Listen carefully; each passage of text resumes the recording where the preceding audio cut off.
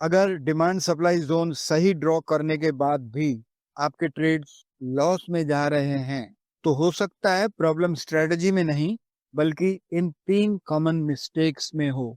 और इंटरेस्टिंग बात यह है कि ये गलतियां सिर्फ बिगिनर्स नहीं, एक्सपीरियंस ट्रेडर्स भी करते हैं। कई बार जोन बिल्कुल सही होता है, प्राइस वहीं रिएक्ट करता है जहां हमने सोचा था, फिर भी ट्रेडर प्रॉफिट नहीं ले पाता। ऐसा क्यों होता है? आज हम चार्ट्स पर एग्जैक्ट वही सिचुएशन देखने वाले हैं जहां ट्रेडर्स सही एनालिसिस के बाद भी लॉस ले लेते हैं। और अगर आपने ये 3 मिस्टेक्स अवॉइड कर ली तो आपकी डिमांड सप्लाई ट्रेडिंग काफी इंप्रूव हो सकती है। इसलिए वीडियो को ध्यान से देखें और हर एक्शन के पीछे के लॉजिक को समझें। पिछली वीडियोस में हमने सप्लाई डिमांड ट्रेडिंग के कुछ इंपॉर्टेंट कॉन्सेप्ट्स देखे थे। अब जो स्टेप है वो हर ट्रेडर के लिए इंपॉर्टेंट है, अपनी मिस्टेक्स को पहचानना। क्योंकि ट्रेडिंग में पैसा स्ट्रेटेजी से कम, मिस्टेक से ज्यादा लॉस होता है। तो चलिए पहली मिस्टेक से शुरू करते हैं। वो है रिटर्न के बिना एंट्री लेना। ये सबसे कॉमन मिस्टेक है। कई ट्रेडर्स क्या करते हैं, चार्ट पर फास्ट स्ट्रॉन्ग रैली देखते हैं और तुरंत बाई कर लेते हैं। उन्हें लगता है इतनी स्ट्रॉन्ग बाइंग आई है तो प्राइस ऊपर ही जाएगा। लेकिन डिमांड सप्लाई ट्रेडिंग में फास्ट मूव एंट्री सिग्नल नहीं होता है। फास्ट मूव सिर्फ एक चीज बताता है, यहाँ फ्यूचर में अपॉर्चुनिटी बन सकती है। एंट्री का सिग्नल तब बनता है जब प्राइस वापस जोन में आता है। डिमांड सप्लाई ट्रेडिंग का पूरा लॉजिक यही है। प्राइस को डिमांड या सप्लाई जोन पर वापस आने दो और फिर डिसीजन लो। जैसा कि ये चार्ट देख रहे हैं, कई ट्रेडर्स ने यहीं पर बाई कर लिया था, लेकिन थोड़ी देर बाद क्या हुआ? जो ट्रेडर्स जल्दी एंटर हुए थे उन्हें अननेसेसरी लॉस हुआ।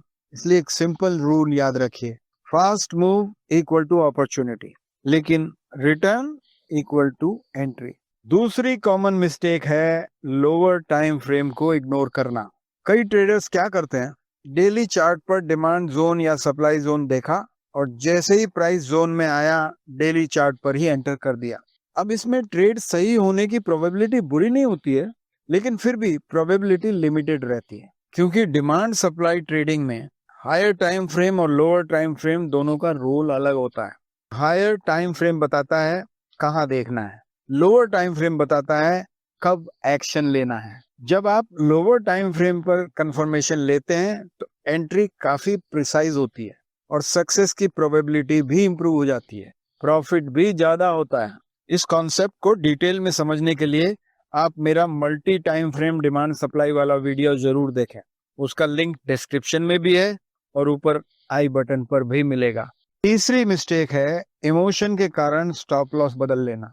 अक्सर ऐसा होता है, ट्रेड थोड़ा सा अगेंस्ट जाती है और ट्रेडर सोचता है अब शायद लॉस हो जाएगा, तो प्री डिफाइंड स्टॉप लॉस तक क्यों वेट करूं, और वो जल्दी एग्जिट कर देता है।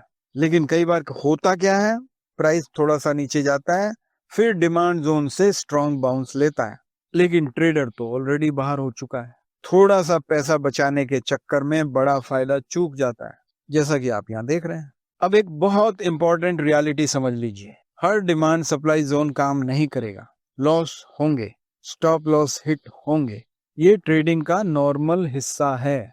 लेकिन अगर जोन्स सही ड्रॉ किए गए हैं, एंट्रीज डिसिप्लिन्ड हैं और रिस्क फिक्स्ड है, तो लॉन्ग रन में रिजल्ट आपके बेहतर से बेहतर होते चले जाएंगे। Demand supply zone based trading success की अच्छी प्रोबेबिलिटी बनाती है। अगर आप इस कॉन्सेप्ट को डीपली समझना चाहते हो तो इस टॉपिक की पूरी प्लेलिस्ट जरूर देखें। उसके बाद आप 20-30 पेपर ट्रेड करके देखेंगे तो कॉन्फिडेंस आ जाएगा। अगर वीडियो यूजफुल लगा हो तो लाइक जरूर कीजिए और चैनल को सब्सक्राइब भी कीजिए। और अगर आपके मन में कोई सवाल है तो उसे कमेंट बॉक्स में लिखिए। तो आइए मिलते हैं अगले वीडियो में।